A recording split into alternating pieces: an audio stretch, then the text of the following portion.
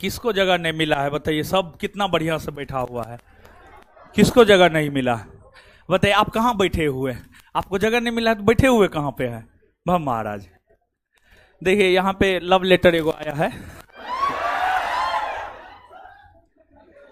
इसमें है सर 5 से 7 और 7 से 9 वाले छात्र एवं छात्रा को जगह नहीं मिल पा रहा है। कौन छात्रा जगह नहीं मिल रहा है जी?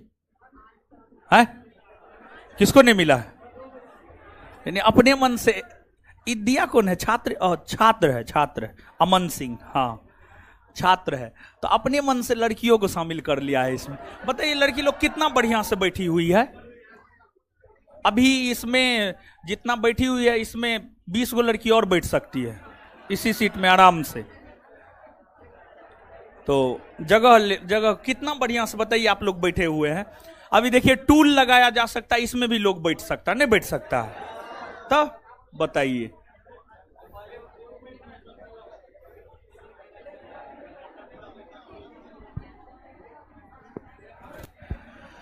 जगह नहीं मिलता है जी लड़का लोग को, है अभी से जगह नहीं मिलता है लड़का सबको, है कितना बढ़िया से बैठे हुए हैं महाराज। तब बताइए आप लोग बोलते हैं जगह नहीं मिलता है। एगो जो है अगर पूरा बीच में भी बैठा हुआ रहता तब समझ में आता है। अभी देखिए अभी क्लासरूम में 100 गो लड़का कम से कम हम बैठा सकते हैं, कम से कम 100 गो हम बैठा सकते हैं, समझे? 10 गो तो इसी पे बैठेगा महाराज, अब 50 गो तो रो में बैठेगा, फिर बेंच पे बहुत बैठेगा। तो एकदम जगह है गुरुजी लोग। जिसको जगह नहीं मिले जब हम आ जाते हैं ना तो आइए मेरे पास, हम जगह देंगे महाराज। हम आपको एकदम नजदीक में आगे यहां पे बैठाएंगे।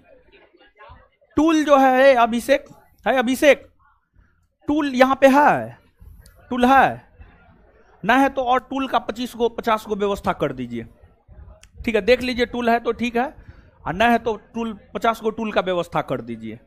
तो अमन बाबू अगर आपको जगह नहीं मिलेगा हम आपके लिए एगो स्पेशल टूल रखेंगे, और एगो जो है हमारे केबिन में रख दीजिएगा, हम आपको स्पेशल बैठाएंगे आगे में यहां पर, समझे? हाँ उस पर हम लिख देंगे अमन सिंह, समझे? चलिए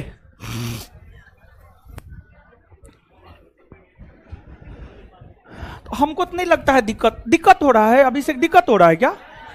नहीं हो रहा है? बताइए कितना बढ़िया से लोग बैठल है। कोई दिक्कत है जी आप लोग को? तब बताइए।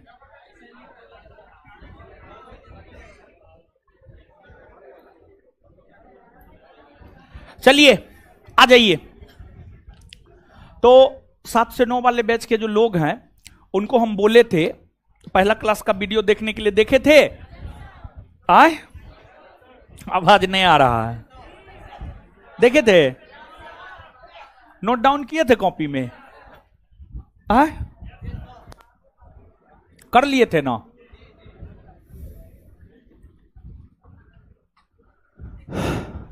टेस्ट में 35 मार्क आता है, बहुत बढ़िया है महाराज, ठीक है? डेली टेस्ट 7 से 9 में अगर 30 प्लस जा रहे हैं मतलब बढ़िया विद्यार्थी हैं आप, समझे? तो यहां पे कोई कमेंट कर रहा था कि 35 मार्क ही आता है, बहुत बढ़िया है आप महाराज, लगे रहिए और भी बेहतर हो जाएगा।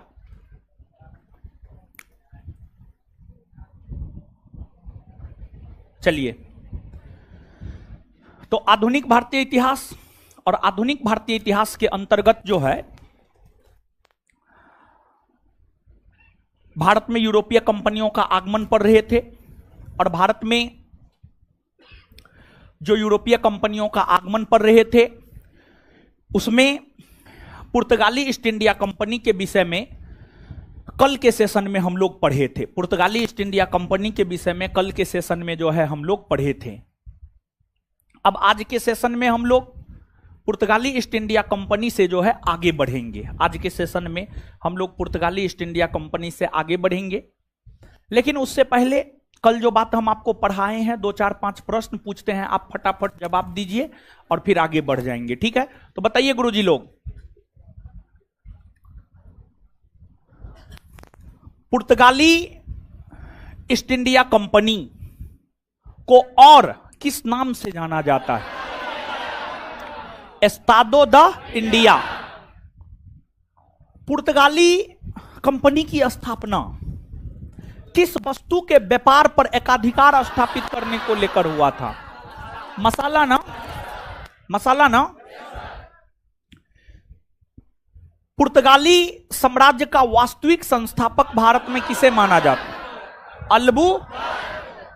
भारत में कार्टेज व्यवस्था की शुरुआत किसने की? पुर्तगाली ने।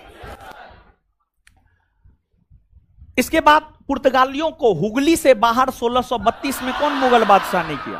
किसने किया? पुर्तगालियों ने अपनी पहली व्यापारिक कारखाना कहां खोली? केरल के कोचिन में ना। भारत आने वाला द्वितीय पुर्तगाली यात्री कौन था?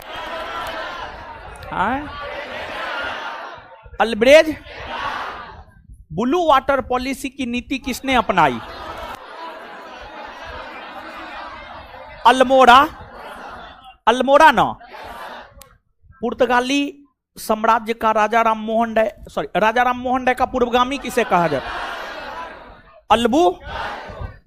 क्लियर है ना सब बात? याद है ना? चलिए अब देखिएगा, एक बात आप जानिए कि देखिए, सामान्य तौर पर जब हम किसी वंश को पढ़ते हैं तो उसमें जो महान शासक होता है, महान शासकों के विषय में विशेष तौर पर हम लोग पढ़ते हैं। तो पुर्तगाली वायसरायों में अगर देखा जाए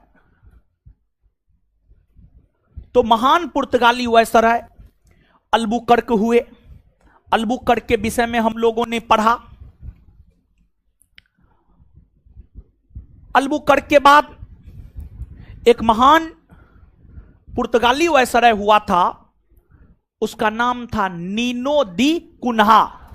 नीनो दी कुन्हा। नीनो दी कुन्हा 1529 से 1538 ईस्वी तक। नीनो दी कुन्हा 1529 से 1538 ईस्वी तक पुर्तगाली वायसराय के पद पर रहा था। और नीनो दी कुन्हा का योगदान यह था कि नीनो दी कुन्हा ने पुर्तगाली साम्राज्य की राजधानी कोचीन से हटाकर गोवा को बनाया। पुर्तगाली साम्राज्य की राजधानी शुरू में, स्टार्टिंग में कोचीन हुआ करता था। कोचीन केरल में है और पुर्तगाली तो सबसे पहले केरल ही आया था। केरल में सबसे पहले अपना व्यापारिक कारखाना खोला और फिर बाद में जाकर के पुर्तगाली गोवा गया। तो पुर्तगालियों की राजधानी पहले केरल का कोचीन ही हुआ करता था, लेकिन बाद में जाकर नीनो दी कुन्हा ने अपनी राजधानी को कोचीन के जगह गोवा को बनाया। और इसके अलावे नीनो दी कुन्हा का योगदान यह है कि नीनो दी कुन्हा के समकालीन गुजरात का शासक था बहादुर शाह। नीनो दी कुन्हा का समकालीन गुजरात का शासक था बहादुर शाह। बहादुर शाह से नीनो दी कुन्हा ने मुलाकात किया और उस मुलाकात के दौरान ही धोखे से नीनो दी कुन्हा ने बहादुर शाह की हत्या कर दिया। और बहादुर शाह की हत्या करके नीनो दी कुन्हा ने दमन और द्वीप, विशेष तौर पर दीव का क्षेत्र, सालसेट का क्षेत्र, यह सब क्षेत्र जो है आपको नीनो दी कुन्हा ने ब्रिटिश साम्राज्य में जीत कर मिलाने का काम किया। तो पुर्तगाली साम्राज्य में मिलाने का काम किया, यानी नीनो दी कुन्हा ने एक प्रकार से पुर्तगाली साम्राज्य का विस्तार किया। नीनो दी कुन्हा ने एक प्रकार से पुर्तगाली साम्राज्य का जो है आपको विस्तार किया। इसी वजह से जो है उनके विषय में भी थोड़ा बहुत याद रखना, थोड़ी बहुत बातें याद रखना आपके लिए आवश्यक है। तो अब जो है आप जो पुर्तगाली ईस्ट इंडिया कंपनी में जहां तक लिखे हुए थे वहां से आगे आप थोड़ा लिखिएगा। तो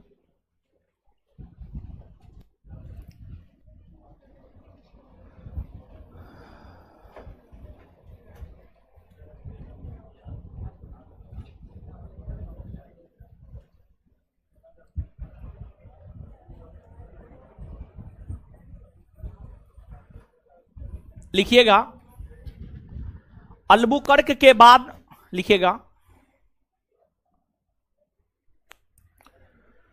अल्बुकर्क के बाद, अल्बुकर्क के बाद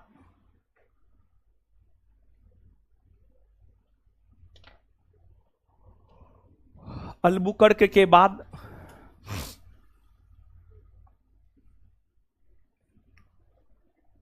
पुर्तगाली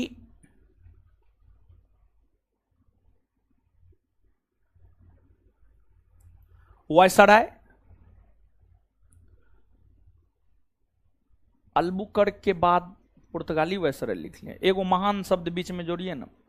अल्बुकर्क के बाद एक महान पुर्तगाली वायसराय नीनो दी कुन्हा हुआ। अल्बुकर्क के बाद, अल्बुकर्क के बाद, अल्बुकर्क के बाद एक महान पुर्तगाली वायसराय, अल्बुकर्क के बाद एक महान पुर्तगाली वायसराय, अल्बुकर्क के बाद एक महान पुर्तगाली वायसराय नीनो दी कुन्हा हुआ।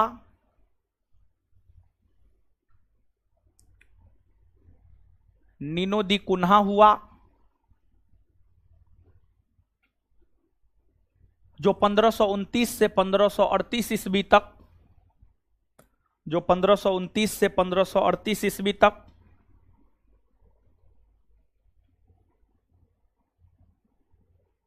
वायसराय के पद पर रहे।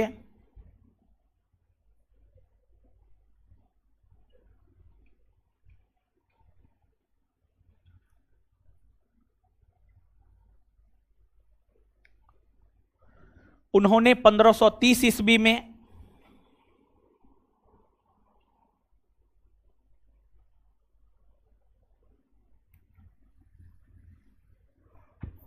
उन्होंने 1530 ईस्वी में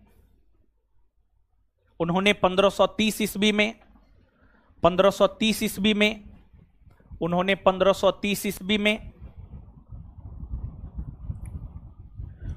कोचीन के जगह, कोचीन के जगह, कोचीन के जगह गोवा को, कोचीन के जगह गोवा को, गोवा को पुर्तगाली,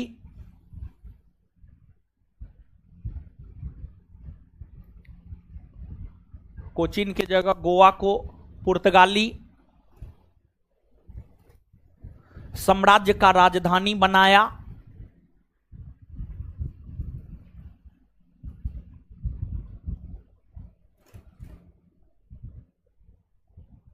कोचीन के जगह गोवा को पुर्तगाली साम्राज्य का राजधानी बनाया, फुल स्टॉप। उन्होंने हुगली में, हुगली, हुगली, उन्होंने हुगली में पुर्तगाली बस्ती स्थापित किया।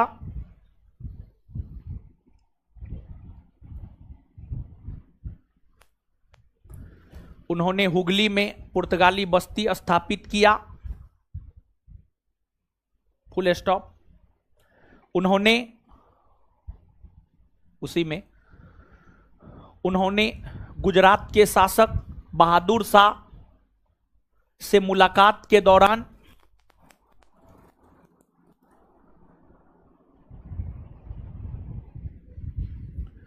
उन्होंने गुजरात के शासक बहादुर शाह से मुलाकात के दौरान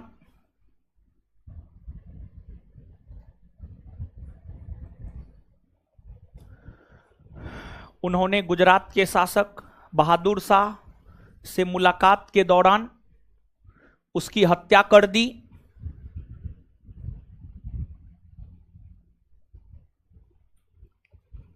उसकी हत्या कर दी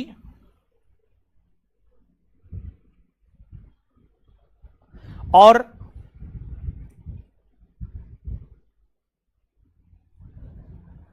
दीब और बसीन,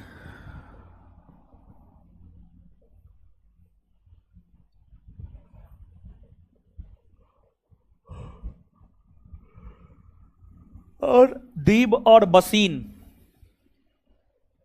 पर कब्जा कर लिया, और दीव और बसीन पर कब्जा कर लिया। चलिए, दीव और बसीन पर कब्जा कर लिया, हो गया पुर्तगाली। ठीक है, पुर्तगाली के बाद आगे अब हम लोगों को जानना है Dutch East India company, British East India company, फ्रांसीसी ईस्ट इंडिया कंपनी, और सबसे ज्यादा महत्वपूर्ण है आपको ब्रिटिश ईस्ट इंडिया कंपनी। तो ब्रिटिश ईस्ट इंडिया कंपनी को जानने से पहले हम लोग डच ईस्ट इंडिया कंपनी को जान लेते हैं, क्योंकि ब्रिटिशों से पहले व्यापार करने के लिए डच लोग ही भारत आ गए थे। तो इसलिए जो है पुर्तगाली के बाद अब आप हेडिंग मारिए Dutch East India company, Dutch East India Company.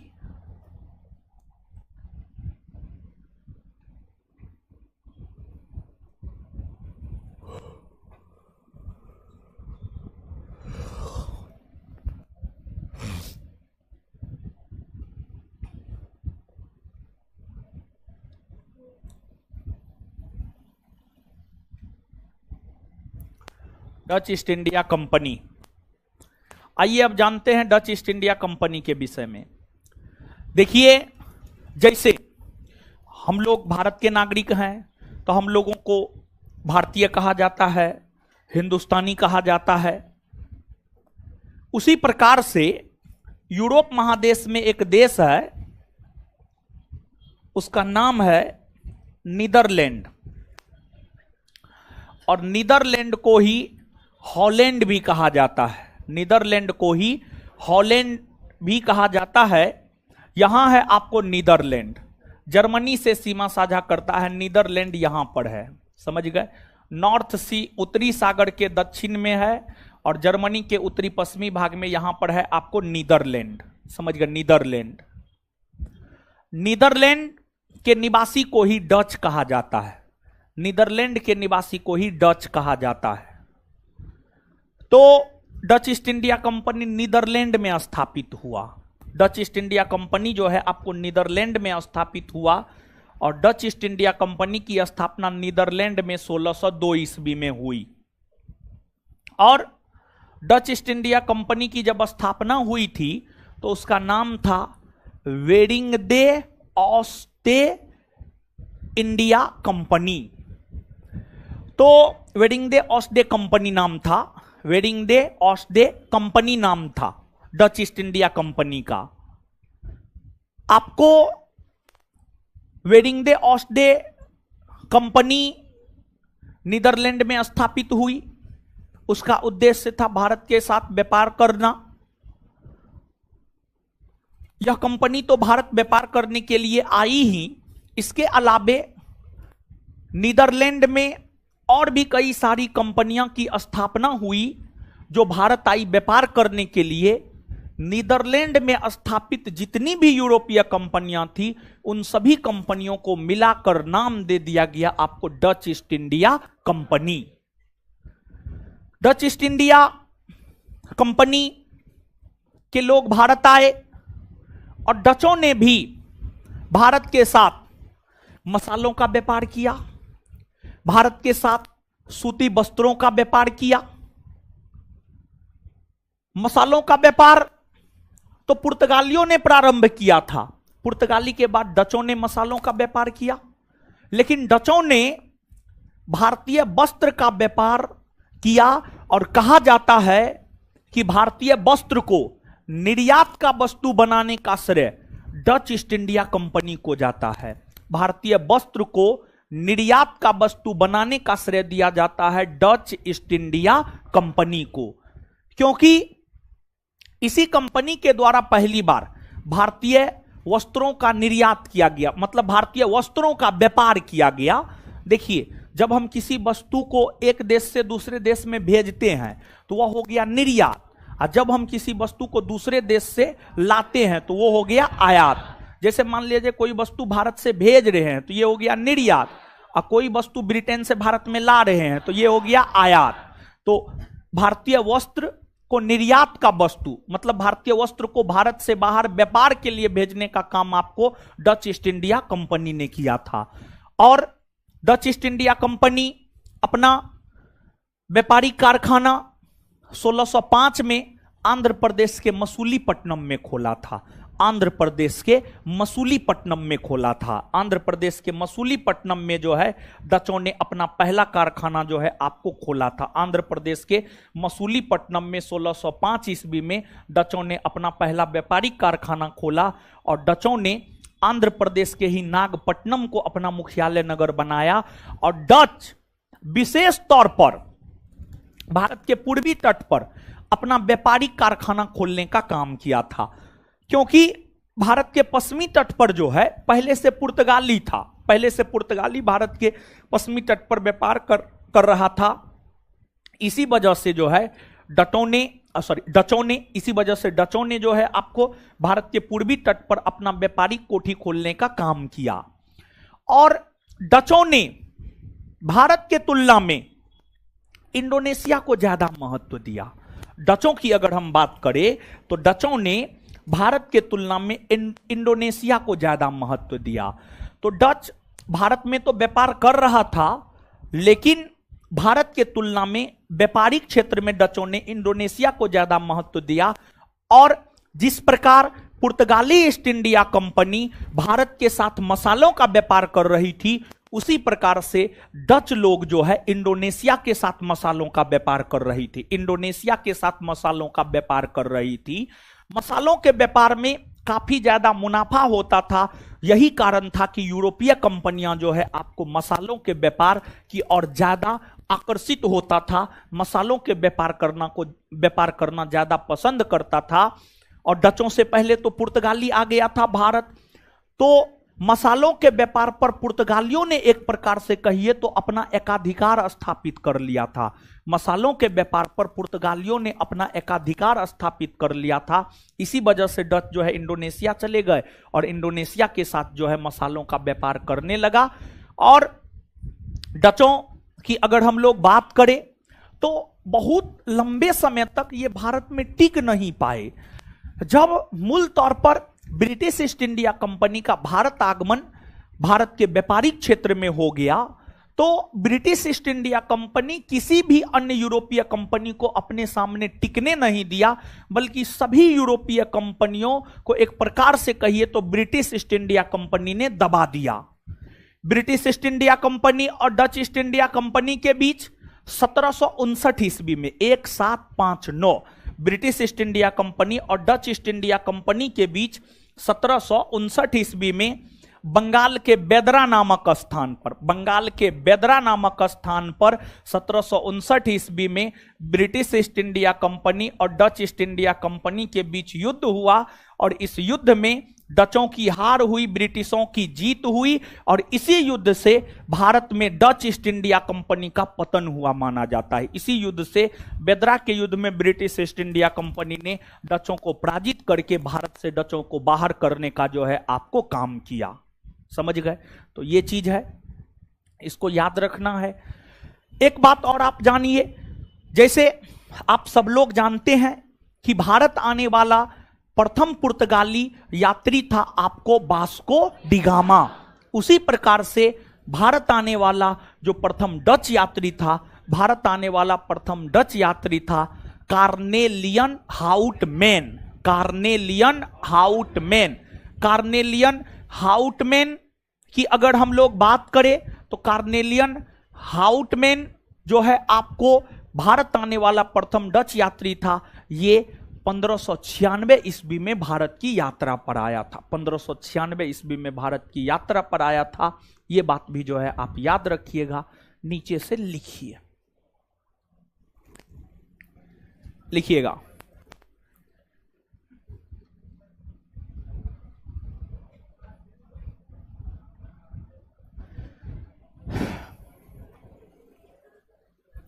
Netherlands या हॉलैंड के निवासी को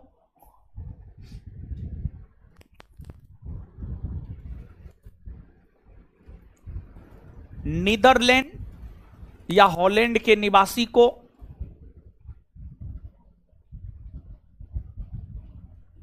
डच कहा जाता है?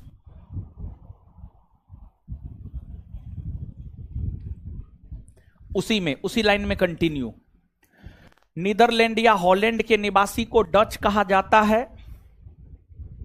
उसी लाइन में कंटिन्यू। भारत आने वाला प्रथम डच यात्री?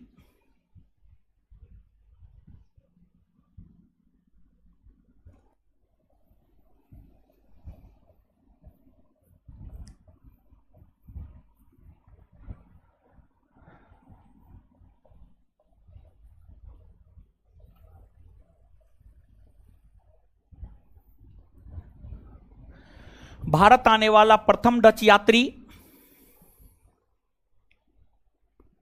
भारत आने वाला प्रथम डच यात्री कार्नेलियन हाउटमैन। भारत आने वाला प्रथम डच यात्री कार्नेलियन हाउटमैन। भारत आने वाला प्रथम डच यात्री कार्नेलियन हाउटमैन। कार्नेलियन हाउटमैन था, जिन्होंने 1596 ईस्वी में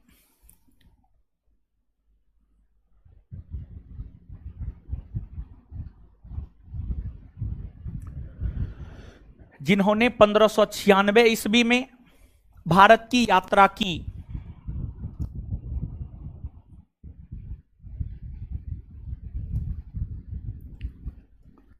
जिन्होंने 1596 ईस्वी में भारत की यात्रा की। जिन्होंने 1596 ईस्वी में भारत की यात्रा की। नीचे से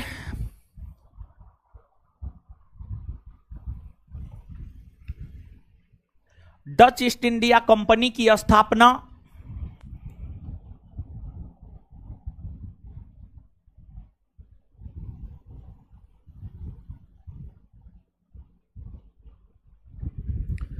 डच ईस्ट इंडिया कंपनी की स्थापना 1602 ईस्वी में।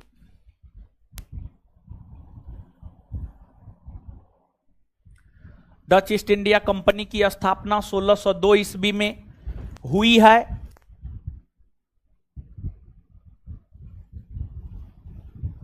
सोलह सौ दो ईस्वी में हुई है।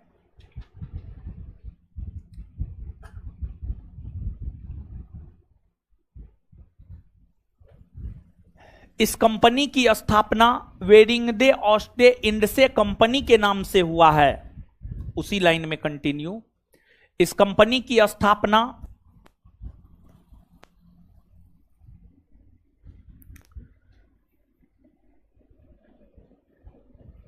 वेरिंगडे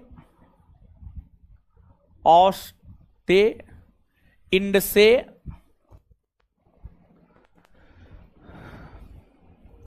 इस कंपनी की स्थापना वेरिंगडे ऑस्टे इंडसे कंपनी के नाम से हुआ है।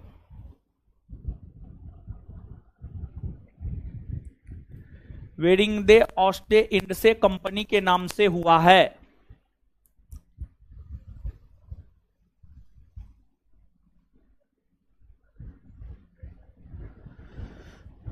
Full stop. नेक्स्ट पॉइंट, डचों ने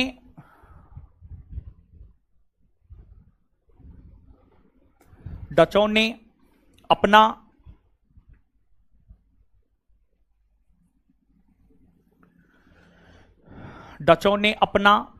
पहला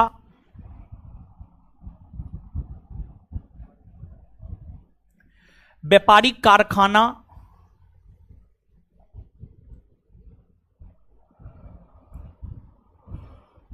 डचों ने अपना पहला व्यापारिक कारखाना 1605 ईस्वी में 1605 ईस्वी में आंध्र प्रदेश के मसूलीपट्टनम में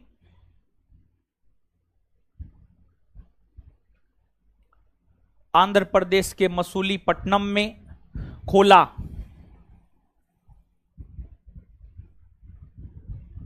नेक्स्ट पॉइंट, डचों ने अपना मुख्यालय नगर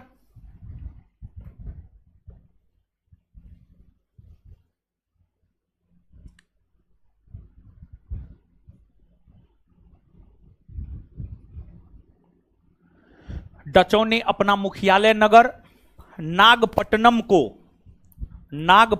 को डचों ने अपना मुख्यालय नगर नागपट्टनम को डचों ने अपना मुख्यालय नगर नागपट्टनम को डचों ने अपना मुख्यालय नगर नागपट्टनम को बनाया।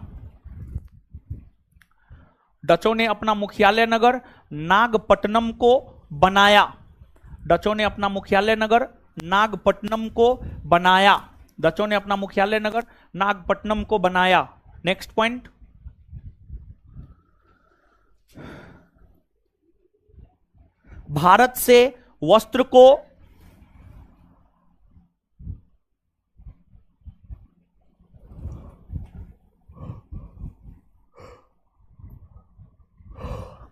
भारत से वस्त्र को निर्यात का वस्तु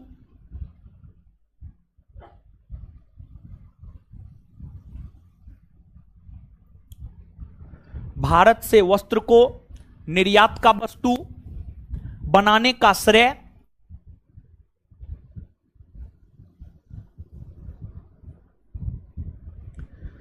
भारत से वस्त्र को निर्यात का वस्तु बनाने का श्रेय डचों को जाता है।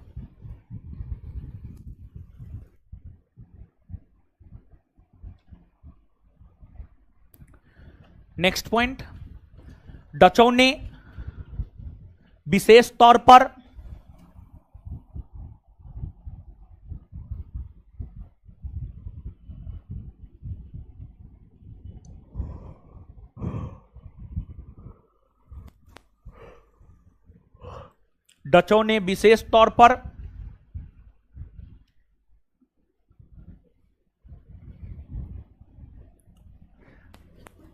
भारत के पूर्वी तट डचों ने विशेष तौर पर भारत के पूर्वी तट डचों ने विशेष तौर पर भारत के पूर्वी तट डचों ने विशेष तौर पर भारत के पूर्वी तट भारत के पूर्वी तट पर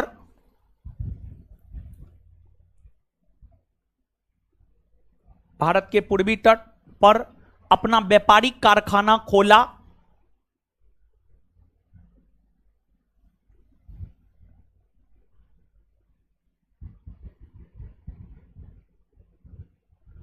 व्यापारिक कारखाना खोला। साथ ही साथ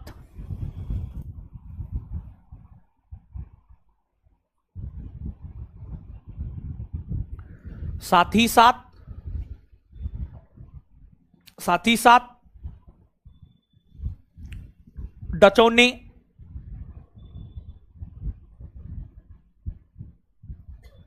भारत से ज्यादा महत्व इंडोनेशिया का देते हुए डचों ने भारत से ज्यादा महत्व इंडोनेशिया का देते हुए डचों ने भारत से ज्यादा महत्व इंडोनेशिया का देते हुए डचों ने भारत से ज्यादा महत्व इंडोनेशिया का देते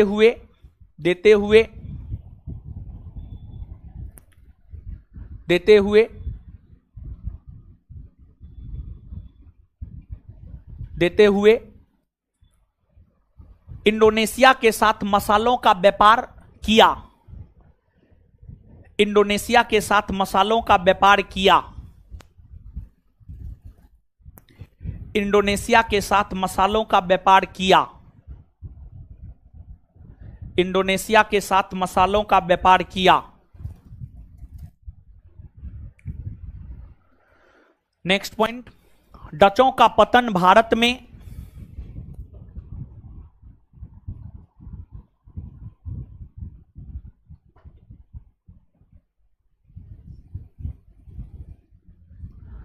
डचों का पतन भारत में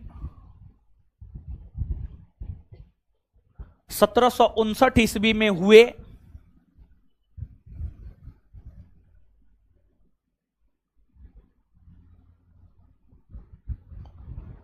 डचों का पतन भारत में 1759 ईस्वी में हुए। बेदरा के युद्ध से बेदरा के युद्ध से, बेदरा के युद्ध से हुआ है,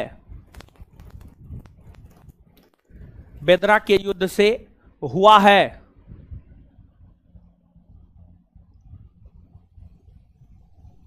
हुआ है। यह युद्ध, यह युद्ध, यह युद्ध डच ईस्ट इंडिया कंपनी और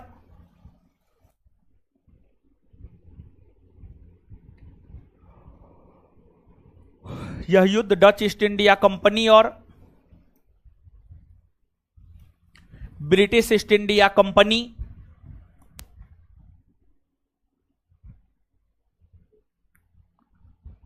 यह युद्ध डच ईस्ट इंडिया कंपनी और ब्रिटिश ईस्ट इंडिया कंपनी के बीच हुआ है।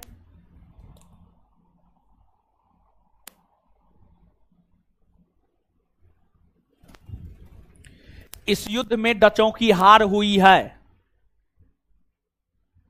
इस युद्ध में डचों की हार हुई है। इस युद्ध में डचों की हार हुई है। इस युद्ध में डचों की हार हुई है।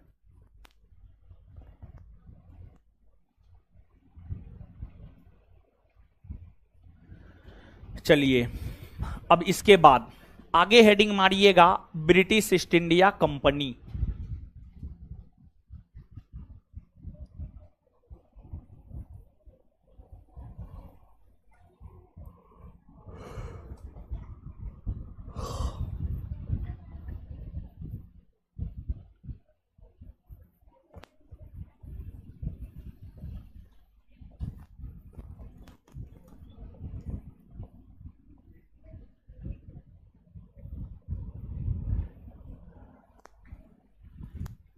British East India company, British East India company. देखिए समझिएगा आप, ब्रिटिश ईस्ट इंडिया कंपनी की अगर हम लोग बात करें तो इस कंपनी की स्थापना मर्चेंट एडवेंचर नाम से जाने जाने वाले ब्रिटेन के कुछ व्यापारियों ने किया। देखिए ब्रिटेन के व्यापारियों का एक समूह था जिसे कहा जाता था मर्चेंट एडवेंचर। ब्रिटेन के कुछ व्यापारियों का, ब्रिटेन के सैकड़ों से अधिक व्यापारियों का एक समूह था जिसे कहा जाता था मर्चेंट एडवेंचर। उन लोगों के द्वारा ही ब्रिटिश ईस्ट इंडिया कंपनी की स्थापना की गई है।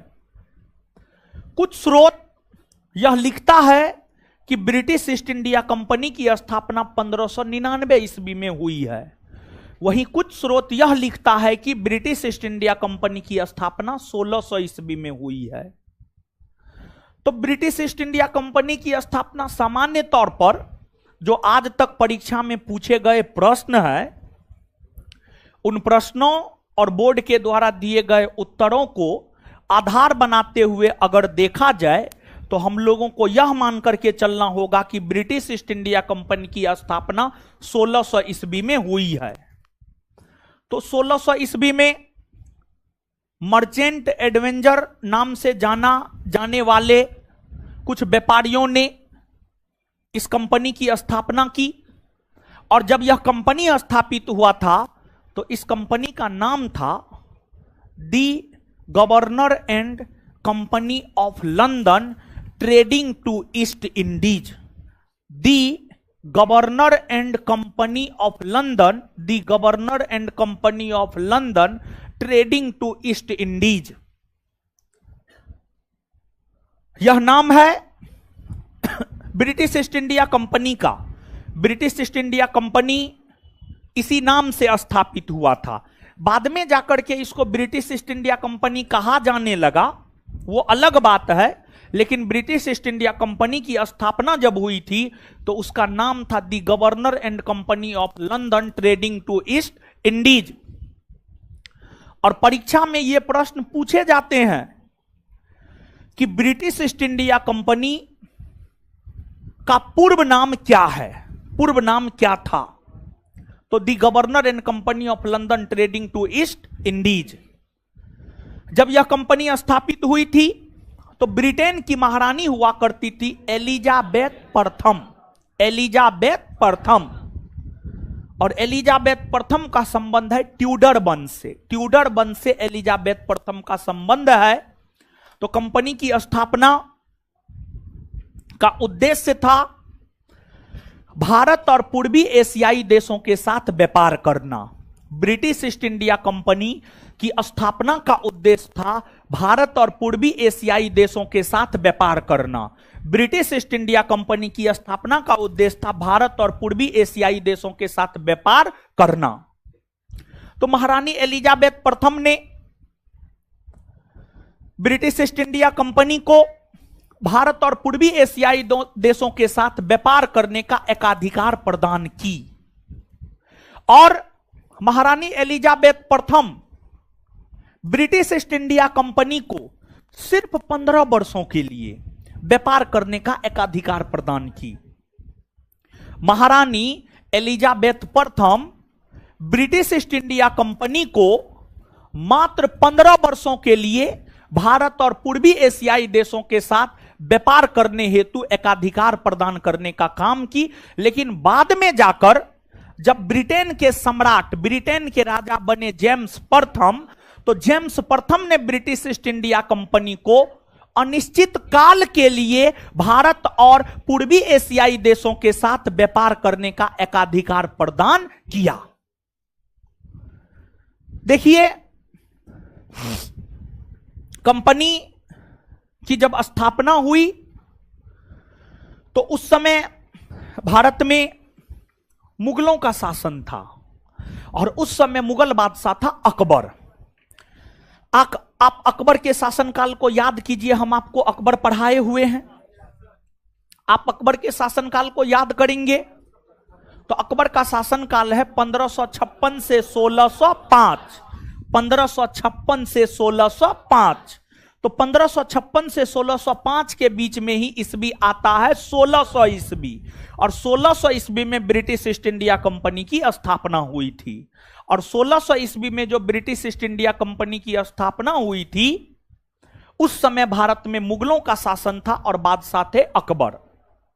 तो एलिजाबेथ को पता चला बादशाह अकबर है, तो एलिजाबेथ मुगल बादशाह अकबर के नाम से खत लिखी और अकबर से एलिजाबेथ प्रथम यह आग्रह की थी कि हमारे देश की एक कंपनी भारत जा रही है, उसे व्यापारिक छूट प्रदान की जाए। लेकिन जब कंपनी भारत व्यापार करने के लिए आई तो उस समय तक अकबर का निधन हो चुका था और मुगल बादशाह बन गए थे जहांगीर। तो कंपनी ने मुगल बादशाह जहांगीर से व्यापारिक छूट प्राप्त किया, और जहांगीर के समय से ही British East India company Bharat में व्यापार करना शुरू की। भारत में व्यापार करना शुरू की। और देखिए, जो ब्रिटिश ईस्ट इंडिया कंपनी है, ब्रिटिश ईस्ट इंडिया कंपनी के सबसे अधिक सफल होने का कारण क्या था? देखिए, भारत में ऐसे तो अनेकों यूरोपीय कंपनियां आई, पुर्तगाली, डच, फ्रांसीसी, स्वीडिश, ब्रिटिश, तमाम यूरोपीय कंपनियां भारत आई। लेकिन सभी यूरोपीय कंपनियों में भारत में जो सबसे सफलतम यूरोपीय कंपनी थी वह थी आपको ब्रिटिश ईस्ट इंडिया कंपनी। उसकी सफलता के कई कारण थे, लेकिन उसकी सफलता के कारणों में एक कारण यह था कि ब्रिटिश ईस्ट इंडिया कंपनी जो है ना, एक प्राइवेट कंपनी थी। प्राइवेट कंपनी थी, उसमें निर्णय तुरंत ले लिया जाता था और काफी सख्ती से यह कंपनी काम किया करती थी। और एक बात आप जानिए, जब British East India company Bharat व्यापार करने के लिए आई तो ब्रिटिश ईस्ट इंडिया कंपनी चांदी लेकर आया।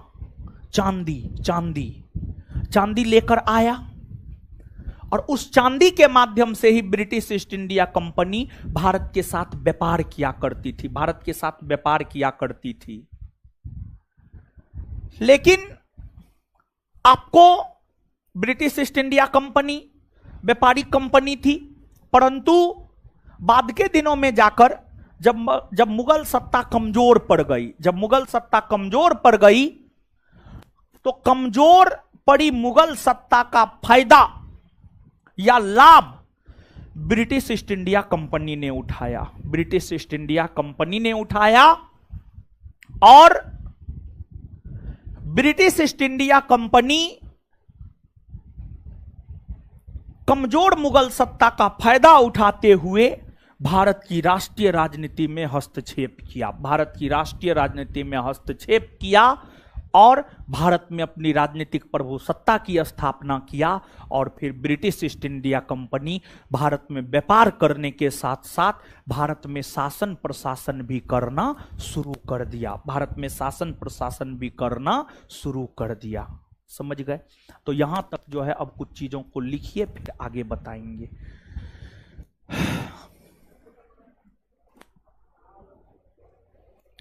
ब्रिटिश ईस्ट इंडिया कंपनी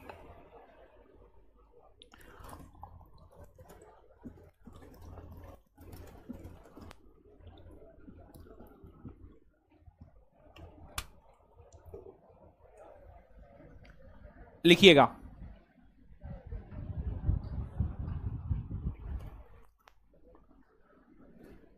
संभवतः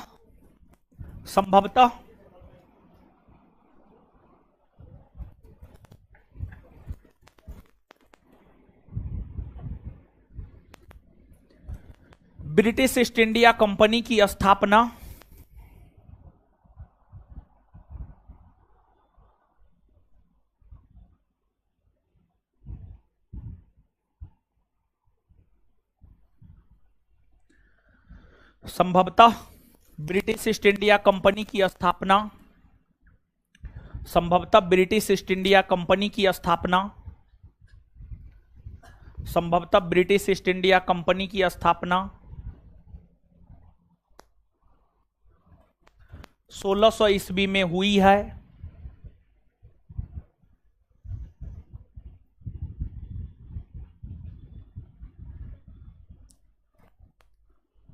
जब यह कंपनी स्थापित हुआ था तो इसका नाम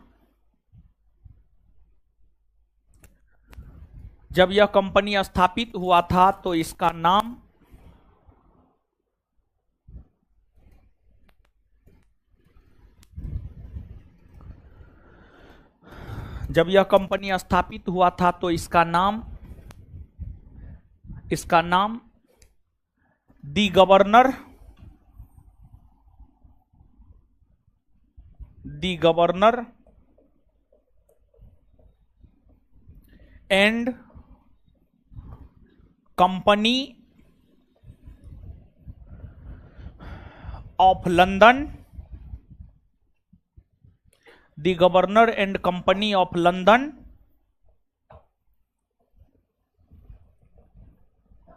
ट्रेडिंग टू ईस्ट इंडीज।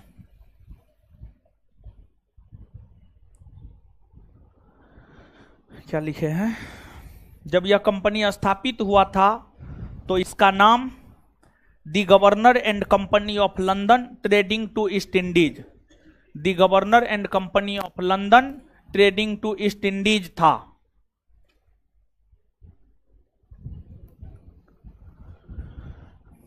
यह एक प्राइवेट कंपनी थी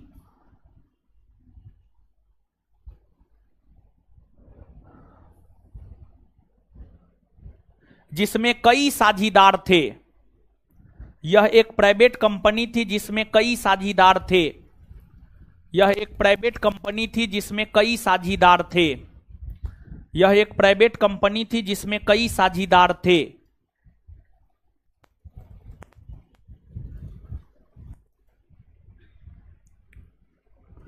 इस कंपनी के सफल होने का इस कंपनी के सफल होने का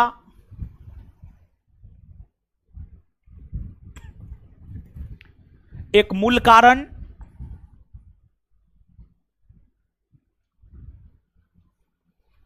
एक मूल कारण एक प्राइवेट कंपनी होना था। एक मूल कारण एक प्राइवेट कंपनी होना था। एक प्राइवेट कंपनी होना था।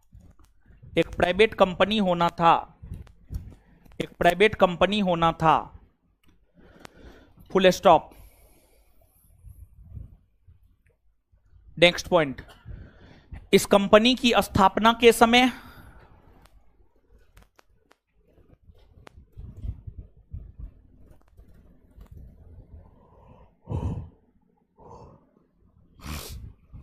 इस कंपनी की स्थापना के समय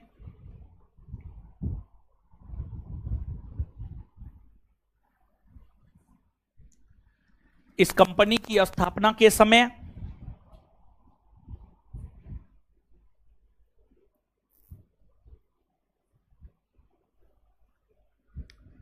इस कंपनी की स्थापना के समय कंपनी की स्थापना के समय ब्रिटेन की महारानी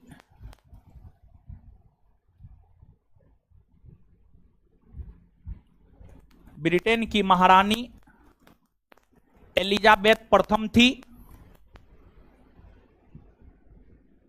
ब्रिटेन की महारानी एलिजाबेथ प्रथम थी। एलिजाबेथ प्रथम थी।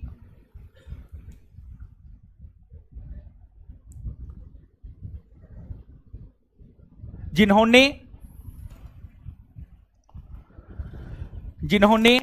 ब्रिटिश कंपनी को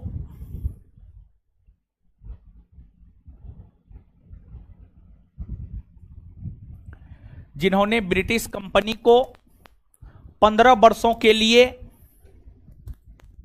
जिन्होंने ब्रिटिश कंपनी को 15 वर्षों के लिए जिन्होंने ब्रिटिश कंपनी को 15 वर्षों के लिए व्यापार करने का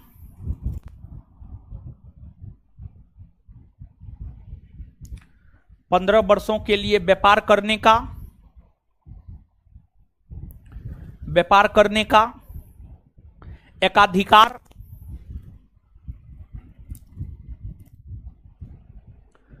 प्रदान की।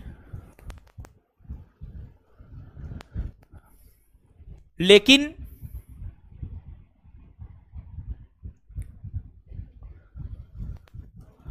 1609 ईस्वी में ब्रिटेन के सम्राट जेम्स प्रथम ने लेकिन 1609 ईस्वी में ब्रिटेन के सम्राट जेम्स प्रथम ने लेकिन 1609 ईस्वी में ब्रिटेन के सम्राट जेम्स प्रथम ने ब्रिटिश कंपनी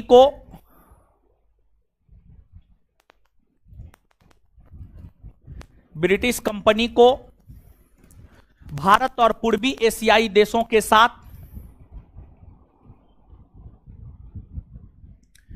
ब्रिटिश कंपनी को भारत और पूर्वी एशियाई देशों के साथ ब्रिटिश कंपनी को भारत और पूर्वी एशियाई देशों के साथ ब्रिटिश कंपनी को भारत और पूर्वी एशियाई देशों के साथ ब्रिटिश कंपनी को भारत और पूर्वी एशियाई देशों के साथ व्यापार करने का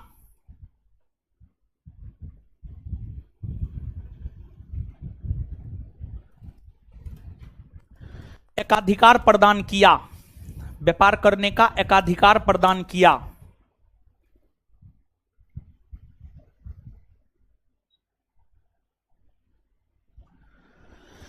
व्यापार करने का एकाधिकार प्रदान किया। व्यापार करने का एकाधिकार प्रदान किया। Full stop.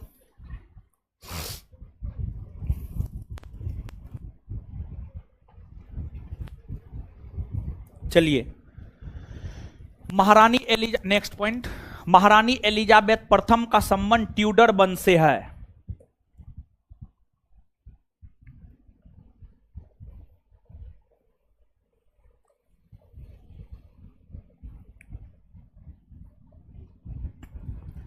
महारानी एलिजाबेथ प्रथम का संबंध ट्यूडर वंश से है।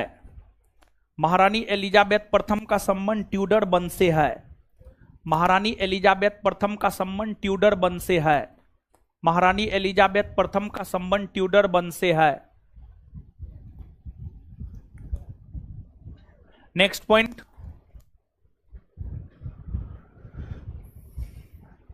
ब्रिटिश कंपनी की स्थापना के समय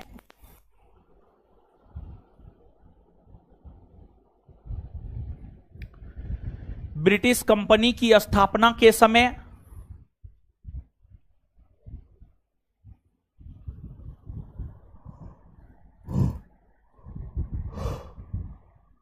ब्रिटिश कंपनी की स्थापना के समय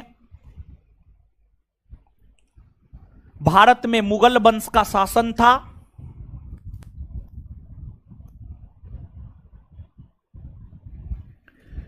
ब्रिटिश कंपनी की स्थापना के समय भारत में मुगल वंश का शासन था। ब्रिटिश कंपनी की स्थापना के समय भारत में मुगल वंश का शासन था। इस समय मुगल बादशाह अकबर थे। इस समय मुगल बादशाह अकबर थे।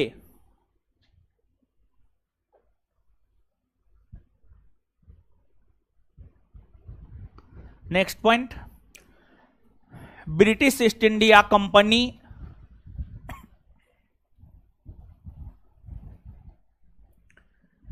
Next point, British East India company Bharat में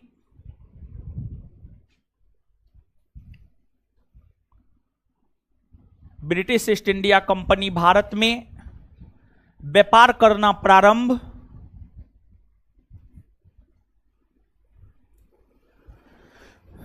British East India company Bharat में व्यापार करना प्रारंभ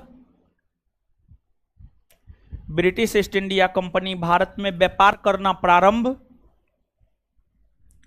मुगल बादशाह जहांगीर के समय से किया है। मुगल बादशाह जहांगीर के समय से किया है।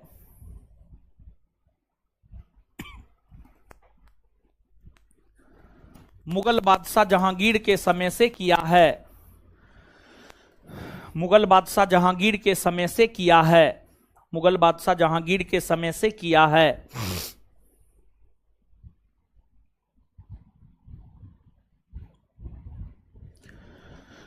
मुगल बादशाह जहांगीर के समय से किया है।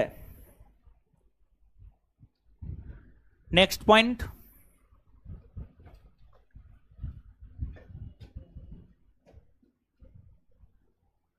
अब आगे सुनिए, समझिए थोड़ा सा, ठीक है। देखिए, ब्रिटिश ईस्ट इंडिया कंपनी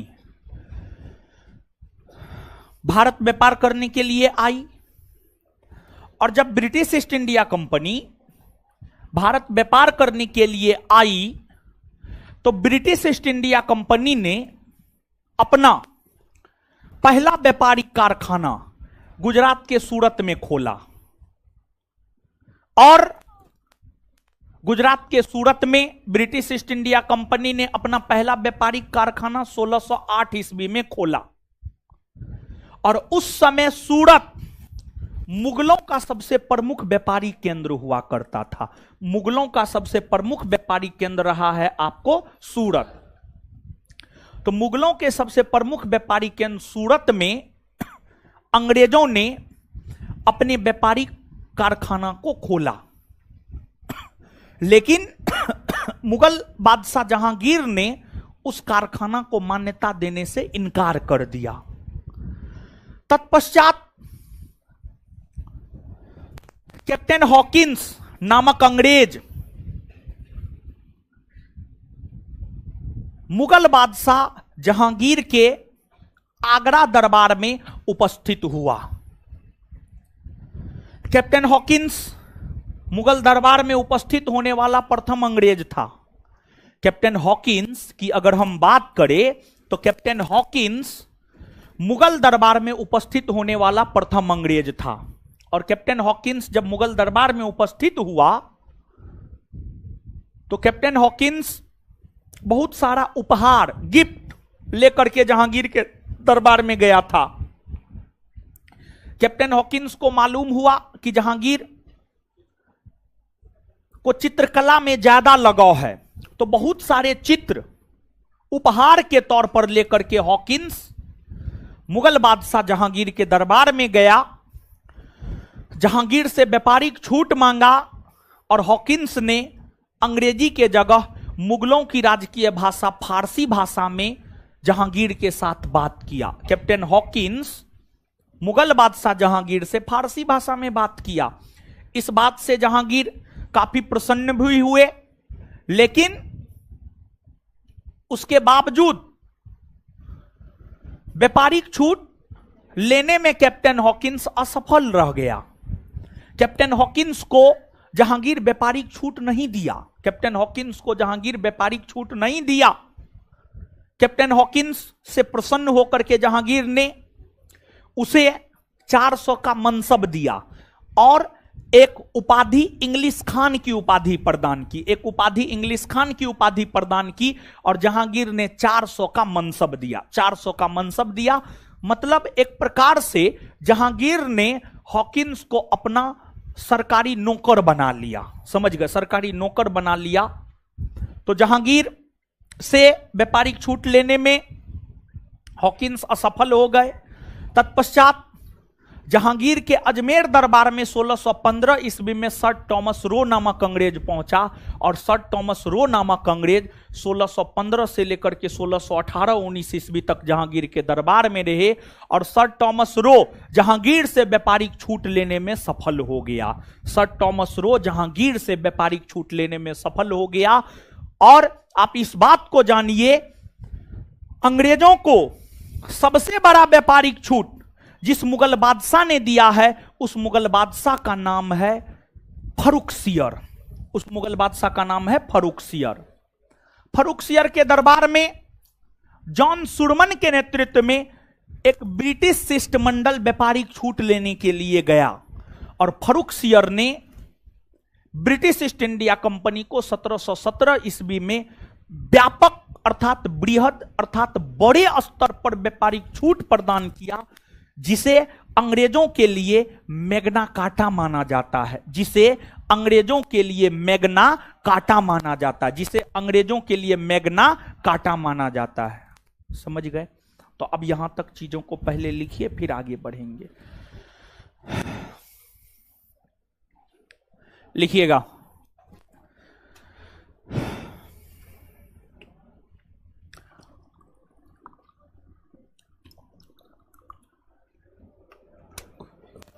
लिखिएगा। अंग्रेजों ने, लिखिएगा, अंग्रेजों ने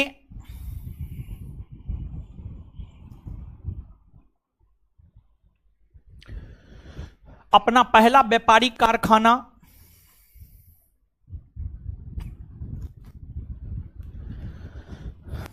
अंग्रेजों ने अपना पहला व्यापारिक कारखाना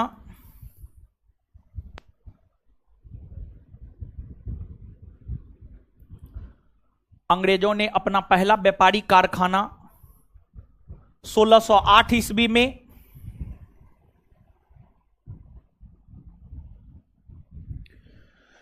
गुजरात के सूरत में खोला। 1608 ईस्वी में गुजरात के सूरत में खोला, जिसे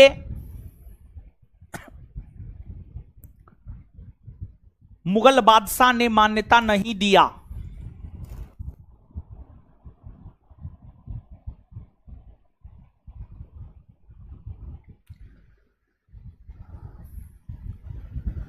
नेक्स्ट पॉइंट, अंग्रेजों ने अपना दूसरा व्यापारिक कारखाना, नेक्स्ट पॉइंट, नेक्स्ट पॉइंट, अगला पॉइंट, अंग्रेजों ने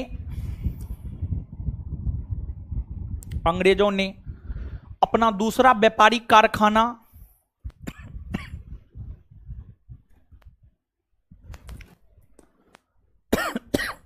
अंग्रेजों ने अपना दूसरा व्यापारिक कारखाना अंग्रेजों ने अपना दूसरा व्यापारिक कारखाना अंग्रेजों ने अपना दूसरा व्यापारिक कारखाना 1611 ईस्वी में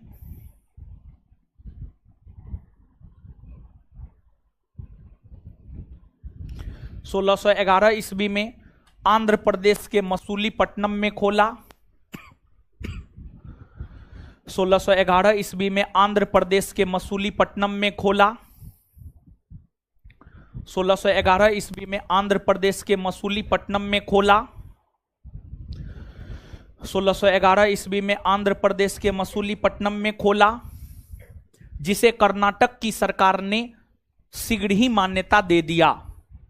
जिसे कर्नाटक की सरकार ने शीघ्र ही मान्यता दे दिया। जिसे कर्नाटक की सरकार ने शीघ्र ही मान्यता दे दिया। जिसे कर्नाटक की सरकार ने शीघ्र ही मान्यता दे दिया।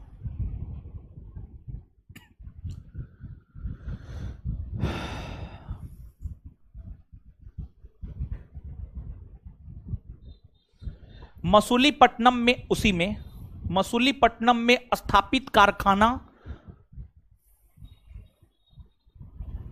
उसी में मसूलीपट्टनम में स्थापित कारखाना मसूलीपट्टनम में स्थापित कारखाना मसूलीपट्टनम में स्थापित कारखाना अंग्रेजों का मसूलीपट्टनम में स्थापित कारखाना अंग्रेजों का प्रथम मान्यता प्राप्त कारखाना था। अंग्रेजों का प्रथम मान्यता प्राप्त कारखाना था। अंग्रेजों का प्रथम मान्यता प्राप्त कारखाना था।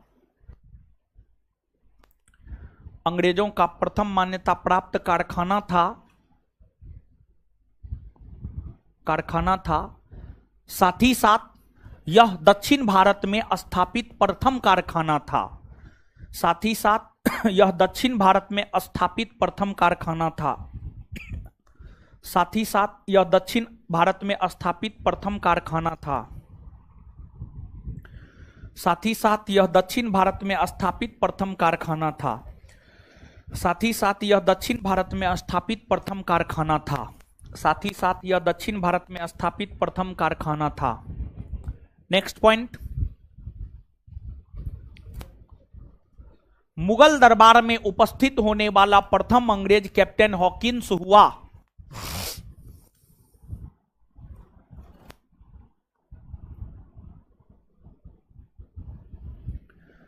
मुगल दरबार में उपस्थित होने वाला प्रथम अंग्रेज कैप्टन हॉकिंस हुआ। मुगल दरबार में उपस्थित होने वाला प्रथम अंग्रेज कैप्टन हॉकिंस हुआ।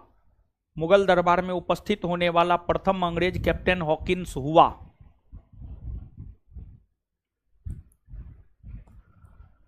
नेक्स्ट पॉइंट, कैप्टन हॉकिंस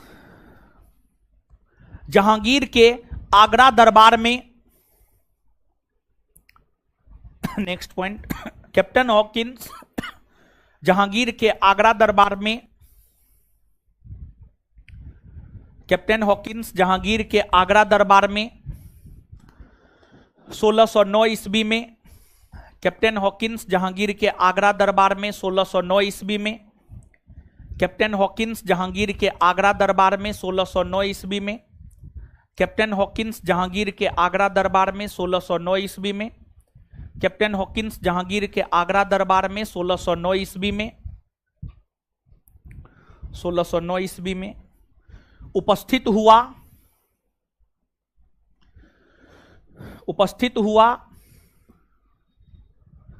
और उन्होंने जहांगीर से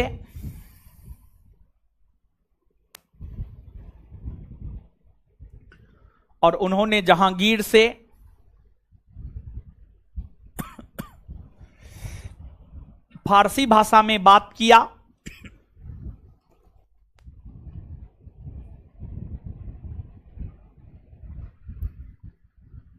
फारसी भाषा में बात किया, जिससे प्रसन्न होकर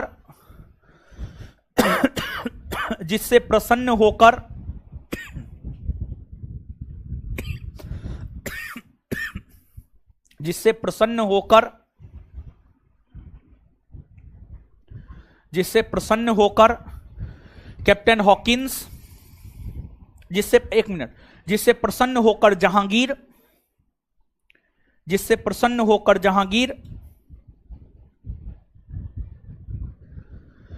कैप्टन हॉकिंस को 400 का मनसब दिया, जिससे प्रसन्न होकर जहांगीर कैप्टन हॉकिंस को 400 का मनसब दिया और इंग्लिश खान की उपाधि प्रदान किया। जहांगीर कैप्टन हॉकिंस को 400 का मनसब दिया, 400 का मनसब दिया और इंग्लिश खान की उपाधि प्रदान किया,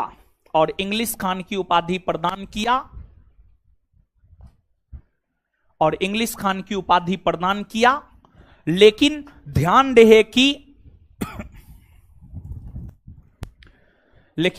रहे कि हॉकिंस जहांगीर से व्यापारिक छूट लेने में सफल नहीं हो पाए।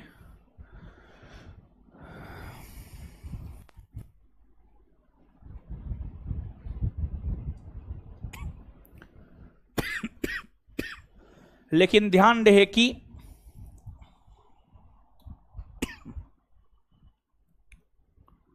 हॉकिंस जहांगीर से व्यापारिक छूट नहीं ले पाए। Full stop. अगला पॉइंट,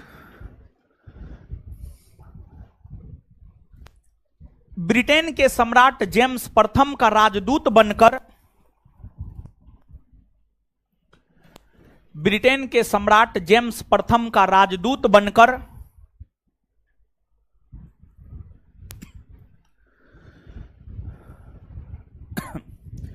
ब्रिटेन के सम्राट जेम्स प्रथम का राजदूत बनकर ब्रिटेन के सम्राट जेम्स प्रथम का राजदूत बनकर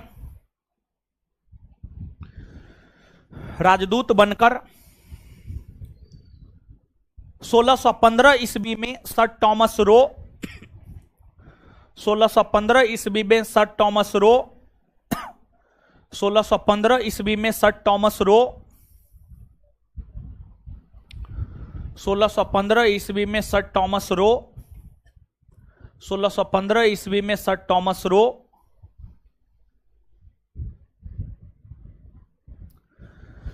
1615 ईस्वी में सर टॉमस रो जहांगीर के अजमेर दरबार में उपस्थित हुए।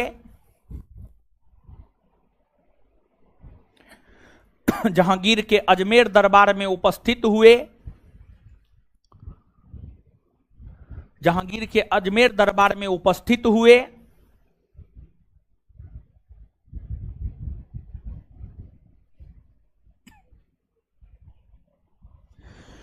उपस्थित हुए और वे जहांगीर से व्यापारिक छूट लेने में सफल रहे।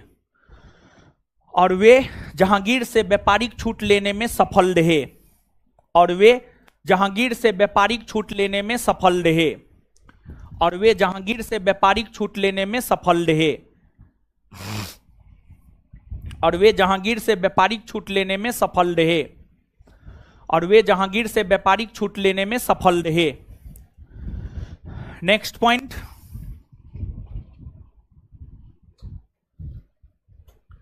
नेक्स्ट पॉइंट,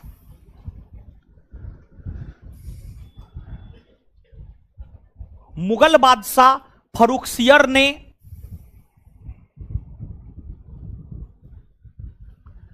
मुगल बादशाह फर्रुखसियर ने 1717 ईस्वी में मुगल बादशाह फर्रुखसियर ने 1717 ईस्वी में मुगल बादशाह फर्रुखसियर ने 1717 ईस्वी में मुगल बादशाह फर्रुखसियर ने 1717 ईस्वी में मुगल बादशाह फर्रुखसियर ने 1717 ईस्वी में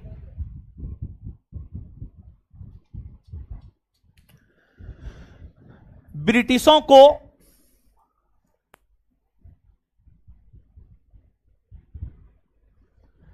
ब्रिटिशों को बड़े पैमाने पर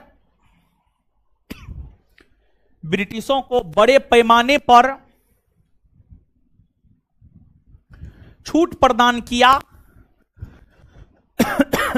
ब्रिटिशों को बड़े पैमाने पर छूट प्रदान किया। ब्रिटिशों को बड़े पैमाने पर छूट प्रदान किया। ब्रिटिशों को बड़े पैमाने पर छूट प्रदान किया। ब्रिटिशों को बड़े पैमाने पर छूट प्रदान किया, जिसे अंग्रेजों के लिए मैग्ना कार्टा अर्थात महाधिकार पत्र माना जाता है। जिसे अंग्रेजों के लिए मैग्ना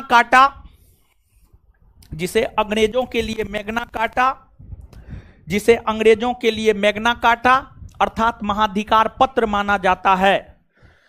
जिसे अंग्रेजों के लिए मैग्ना कार्टा अर्थात महाधिकार पत्र माना जाता है। जिसे अंग्रेजों के लिए मैग्ना कार्टा अर्थात महाधिकार पत्र माना जाता है।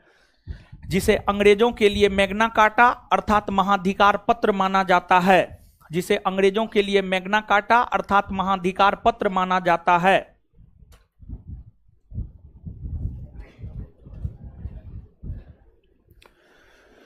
Full stop. नेक्स्ट पॉइंट लिखिएगा। जॉन सुडमन के नेतृत्व में जॉन सुडमन जॉन सुडमन के नेतृत्व में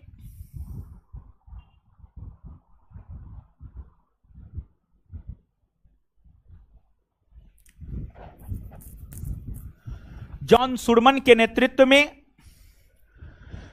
जॉन सुडमन के नेतृत्व में जॉन सुडमन के नेतृत्व में जॉन सुडमन के नेतृत्व में एक ब्रिटिश शिष्टमंडल एक ब्रिटिश शिष्टमंडल व्यापारिक छूट लेने के उद्देश्य से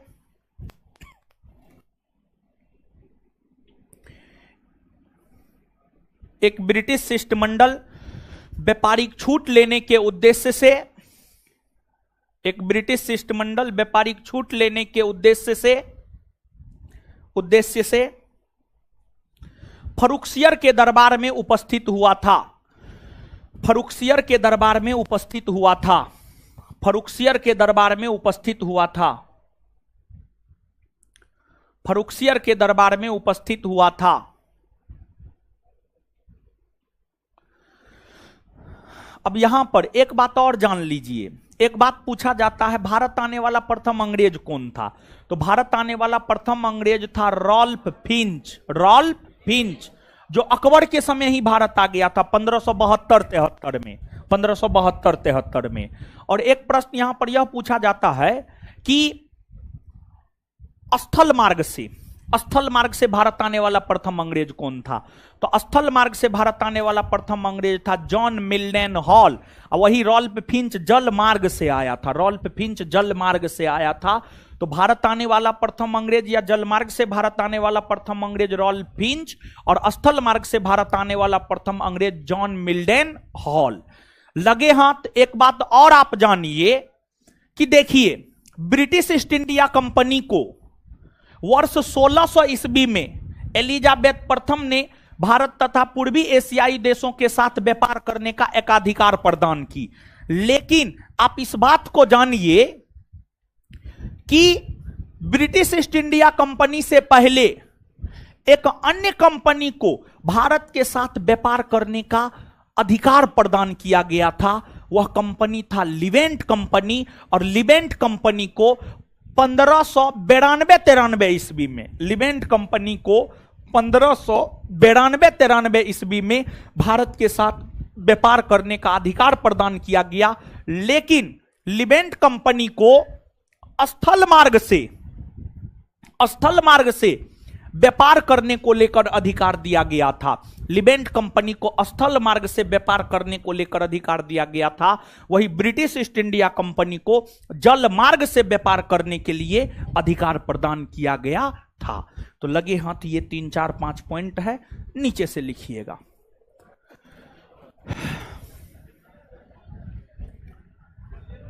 लिखिए,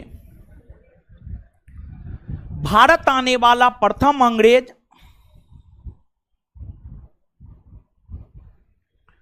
भारत आने वाला प्रथम अंग्रेज रॉल्फ फिंच था। रॉल्फ फिंच था। भारत आने वाला प्रथम अंग्रेज रॉल्फ फिंच था।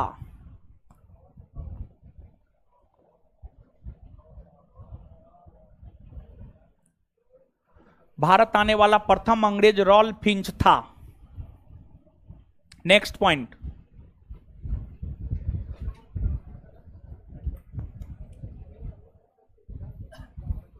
नेक्स्ट पॉइंट, स्थल मार्ग से भारत आने वाला प्रथम अंग्रेज जॉन मिल्डन हॉल था। बोर्ड पे लिखे हैं, स्थल मार्ग से भारत आने वाला प्रथम अंग्रेज जॉन मिल्डन हॉल था। नेक्स्ट पॉइंट, स्थल मार्ग से भारत आने वाला प्रथम अंग्रेज जॉन मिल्डन हॉल था। स्थल मार्ग से भारत आने वाला प्रथम अंग्रेज जॉन मिल्डन हॉल था। स्थल मार्ग से भारत आने वाला प्रथम अंग्रेज जॉन मिल्डन हॉल था।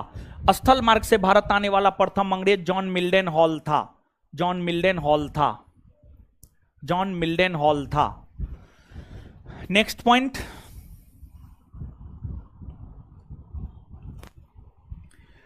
ब्रिटिश ईस्ट इंडिया कंपनी से पहले, ब्रिटिश ईस्ट इंडिया कंपनी से पहले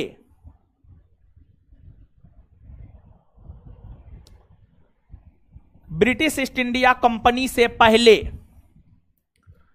1592-93 ईस्वी में लिबेंट कंपनी को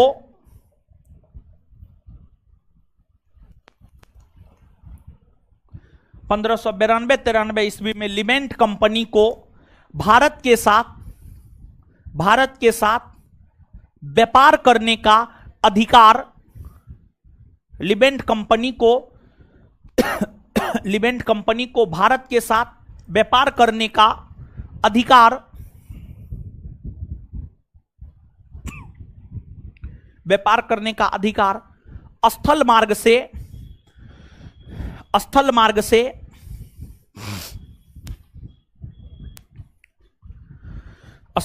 से प्रदान किया गया।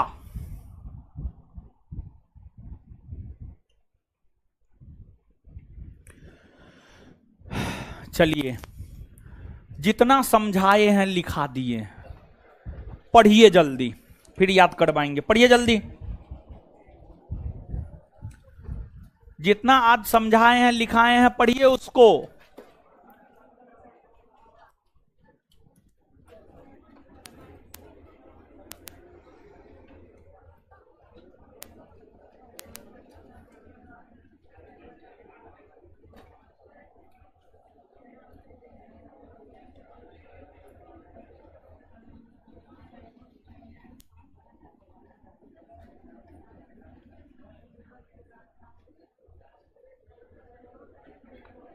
पढ़िए, पढ़ने बोले हैं, पढ़िए जल्दी।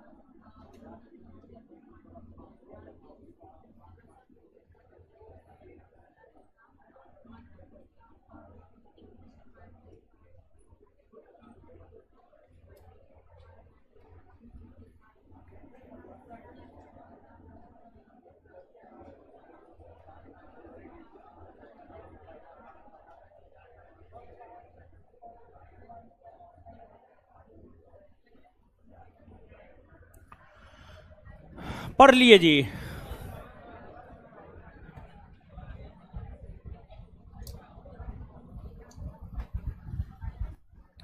पढ़ लिए हैं, दीजिए तो कॉपी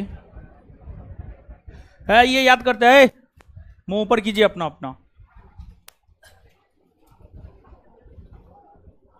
आइए, किस पुर्तगाली वायसराय ने कोचीन के जगह गोवा को राजधानी बनाया? है नीनो दी। किस पुर्तगाली वायसराय ने पुर्तगालियों की राजधानी कोचीन के जगह गोवा को बनाया? किसने बनाया? बसीन द्वीप को पुर्तगाली साम्राज्य में कौन मिलाया? नीनो दी बसीन और द्वीप को पुर्तगाली साम्राज्य में कौन मिलाया? नीनो दी कुन्हा ने गुजरात के किस शासक की मुलाकात के दौरान हत्या कर दी? बहादुर। नीनो दी कुन्हा ने किस गुजरात के शासक की मुलाकात के दौरान हत्या कर दी? नीदरलैंड या हॉलैंड के निवासी को क्या कहते? भारत आने वाला प्रथम डच यात्री कार्नेलियन हाउटमैन। भारत आने वाला प्रथम डच यात्री, भारत आने वाला प्रथम डच यात्री। काहे नहीं याद कर रहे हैं? मुंह में क्या मारेंगे, एक चप्पल मुंह लाल हो जाएगा। मुंह देख रहा है, उठा करके पूछेंगे नानी, याद आ जाएगा। दिन में तारा नजर आने आएगा। भारत आने वाला प्रथम डच यात्री कार्नेलियन हाउटमैन भारत कब आया? 1500। डच ईस्ट इंडिया कंपनी की स्थापना कब हुई है? डच ईस्ट इंडिया कंपनी की स्थापना कब हुई है? डचों ने अपना पहला व्यापारिक कारखाना कहां खोला? आंध्र प्रदेश के मसूलीपट्टनम। आंध्र प्रदेश के डचों ने अपना पहला व्यापारिक कारखाना कहां खोला?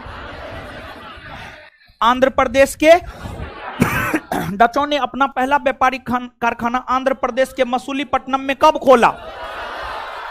कब खोला? डचों ने अपना मुख्यालय नगर किसे बनाया? किसे बनाया? नागपट्टनम। डचों ने अपना मुख्यालय नगर किसे बनाया? भारत से वस्त्र को निर्यात का वस्तु बनाने का श्रेय किसे जाता? भारत के अपेक्षा डचों ने किस देश को ज्यादा तरजीह दी? डचों का पतन कौन युद्ध से हुआ है? कौन युद्ध से? बेदरा का युद्ध कब हुआ है? जब ब्रिटिश ईस्ट इंडिया कंपनी की जब स्थापना हुई थी तो उसका नाम क्या था? The governor and company of London trading to East Indies. तो जब ब्रिटिश ईस्ट इंडिया कंपनी की स्थापना हुई थी उस समय उसका नाम क्या था? कंपनी की स्थापना के समय ब्रिटेन की महारानी कौन थी? ब्रिटेन की महारानी। और ब्रिटेन के किस राजा ने कंपनी को अनिश्चित काल के लिए भारत के साथ व्यापार करने का एक अधिकार दिया? जेम्स प्रथम। महारानी एलिजाबेथ प्रथम का संबंध कौन वंश से? ट्यूडर वंश। महारानी एलिजाबेथ प्रथम का संबंध कौन वंश से? कौन वंश से है? ब्रिटिश कंपनी की स्थापना के समय भारत के मुगल बादशाह कौन थे? भारत के मुगल बादशाह। ब्रिटिश ईस्ट इंडिया कंपनी जब भारत में व्यापार करना प्रारंभ किया तो उस समय मुगल बादशाह कौन था? ब्रिटिश ईस्ट इंडिया कंपनी जब भारत में व्यापार करना प्रारंभ किया उस समय मुगल बादशाह कौन था? अंग्रेजों ने अपना पहला व्यापारिक कारखाना कहां खोला? अंग्रेजों ने अपना पहला व्यापारिक कारखाना कहां खोला? कब खोला? और दूसरा व्यापारिक कारखाना कहां खोला?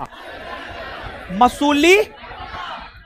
मसूली मुगल दरबार में उपस्थित होने वाला प्रथम अंग्रेज कैप्टन हॉकिंस जहांगीर के आगरा दरबार में 1609 में उपस्थित हुआ था। और कैप्टन हॉकिंस जहांगीर से कौन भाषा में बात किया? जहांगीर ने कैप्टन हॉकिंस को कितना सौ का मनसब दिया और कौन सी उपाधि दिया? सर थॉमस रो जहांगीर के दरबार में कब उपस्थित हुआ? 1600। और किस मुगल बादशाह ने ब्रिटिशों को व्यापक स्तर पर व्यापारिक छूट दिया जिसे अंग्रेजों के लिए मैग्ना कार्टा माना जाता है? फर्रुखसियर के दरबार में ब्रिटिश शिष्टमंडल किसके नेतृत्व में आया था? जॉन सुडमन। किसके नेतृत्व में? भारत आने वाला प्रथम अंग्रेज रॉल्फ फिंच। भारत आने वाला प्रथम अंग्रेज। स्थल मार्ग से भारत आने वाला प्रथम अंग्रेज जॉन मिल्डन हॉल। स्थल मार्ग से भारत आने वाला प्रथम अंग्रेज। अच्छा, ब्रिटिश ईस्ट इंडिया कंपनी से पहले कौन ब्रिटिश कंपनी को भारत के साथ व्यापार करने का अधिकार दिया गया था? किसको दिया गया था? चलिए, आज के लिए इतना ही। इससे आगे मिलेंगे अगले क्लास में। हमको निकलने दीजिए, तब आप लोग निकलिएगा। धन्यवाद सभी लोगों का।